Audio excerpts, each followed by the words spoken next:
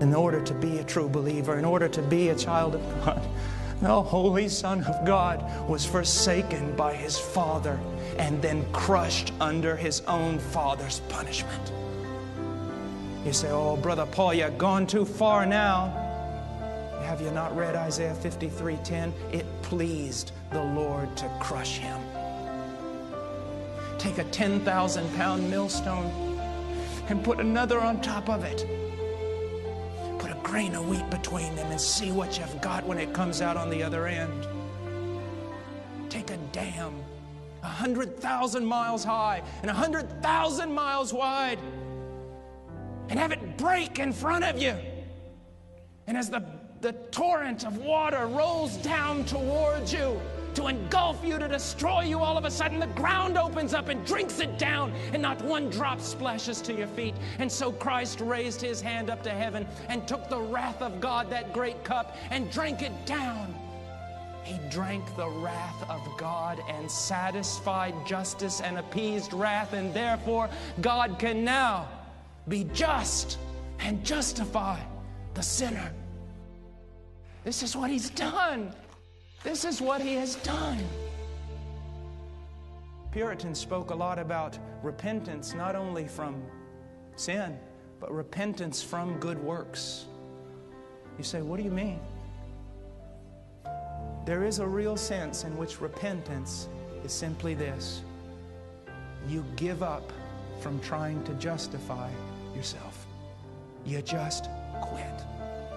You see that every one of your most righteous deeds is within filthy rags, and you detest them, and you throw them to the floor, and you stand there before God and say, Lord, I am going to trust, place my confidence exclusively, only in what your Son has done for me.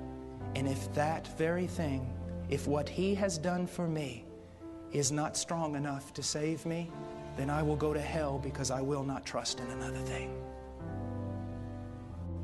Right now, if this preacher died, he would go to heaven. Not because I spent years in the jungles and the Andes Mountains of Peru.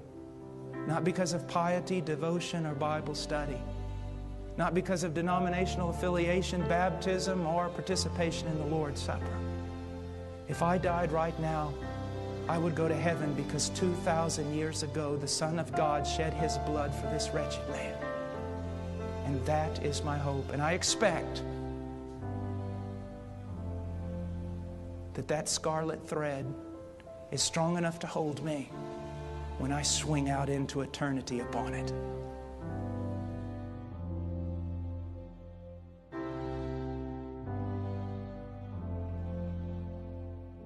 Not only is all your affliction momentary, not only is all your affliction light in comparison to eternity and the glory there, but all of it is totally meaningful. Every millisecond of your pain from the fallen nature or fallen man, every millisecond of your misery in the path of obedience is producing a peculiar glory you will get because of that. I don't care if it was cancer or criticism. I don't care if it was slander or sickness. It wasn't meaningless. It's doing something. It's not meaningless. Of course you can't see what it's doing. Don't look to what is seen.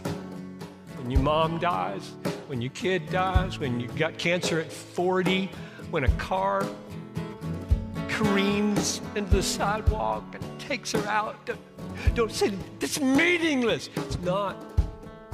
It's working for you an eternal weight of glory. Therefore, do not lose heart, but take these truths and day by day, focus on them. Preach them to yourself every morning. Get alone with God and preach His word into your mind until your heart sings with confidence that you are new and cared for. Oh, you say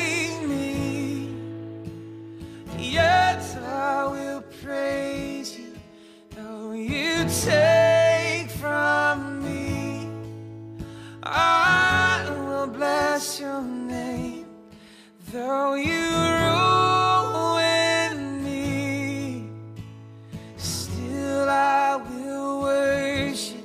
Sing a song to the one who's all I need. I'll sing a song